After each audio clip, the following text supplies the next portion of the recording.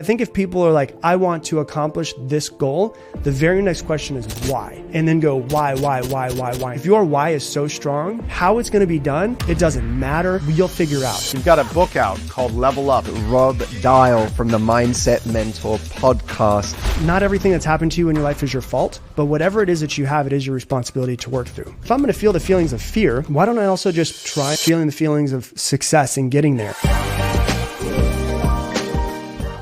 Hey everyone, I've got some huge news to share with you. In the last 90 days, 79.4% of our audience came from viewers and listeners that are not subscribed to this channel. There's research that shows that if you want to create a habit, make it easy to access. By hitting the subscribe button, you're creating a habit of learning how to be happier, healthier, and more healed. This would also mean the absolute world to me and help us make better, bigger, brighter content for you and the world. Subscribe right now.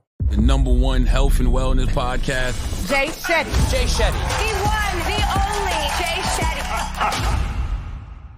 Why is it that we all want something? We have goals. We have things that we believe are important, but we struggle to focus on them.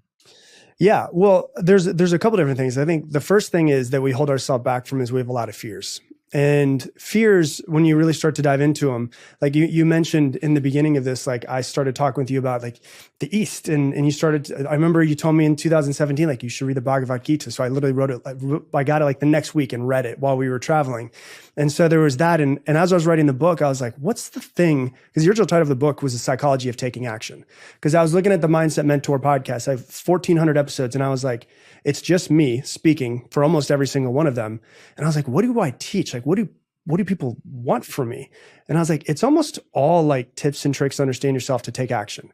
Because everybody who's listening to a podcast has the awareness of, I want to improve, I want to get better, I want something different, but how do I do it? And so I started saying, okay, if taking action is what the book's going to be about, like, why don't people take action in the first place? And one of the things that pops up for people is fear. Like there's some sort of fear that pops up for them. And I had a conversation with one of my friends who went and lived in the tribe with a tribe, a native Brazilian tribe in the middle of Brazil. And so he had to fly into a town. He had to hop on a boat and go for 2 days on a boat in the middle of nowhere.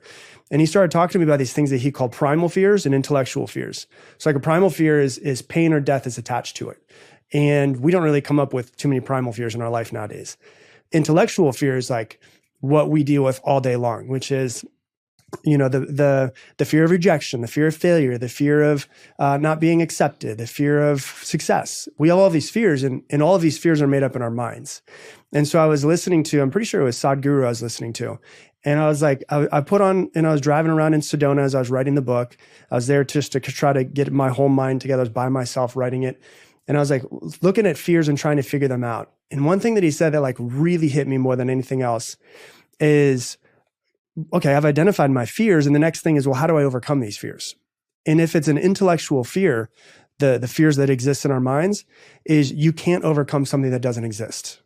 And so we basically wake up in the morning, we create the boogeyman, which is like the fear of success, the fear of failure, whatever it is. And instead of actually taking the action that we need to and focusing on what it is that we want, we take all of our focus and put it towards trying to overcome this fear, when in reality, the fear doesn't even exist in the first place.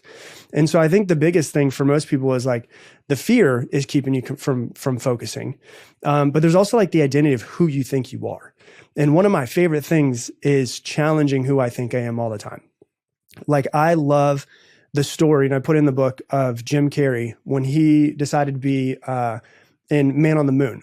And the Man on the Moon was a movie where he ended up playing Andy Kaufman. And there was a whole documentary that was done on this, and they curbed it for like 20 years because it was so off the rails of how crazy he went. And what he did was it's a documentary called Jim and Andy that's on him playing the role on Man on the Moon. So Andy Kaufman was a guy who was once alive. And the crazy part about Andy Kaufman is he also played other characters. So it was Jim Carrey playing Andy Kaufman, who played like Tony Clifton and other characters. But the thing that happened with him was that he would never break character. So he was a method actor. So for 4 months, he played as this real life person. And even to the point where his driver that would pick him up in Hollywood and drive him to his house said that whoever he was playing at the time that they stopped recording, whether it was Andy Kaufman, Tony Clifton, he would play that person the entire day when he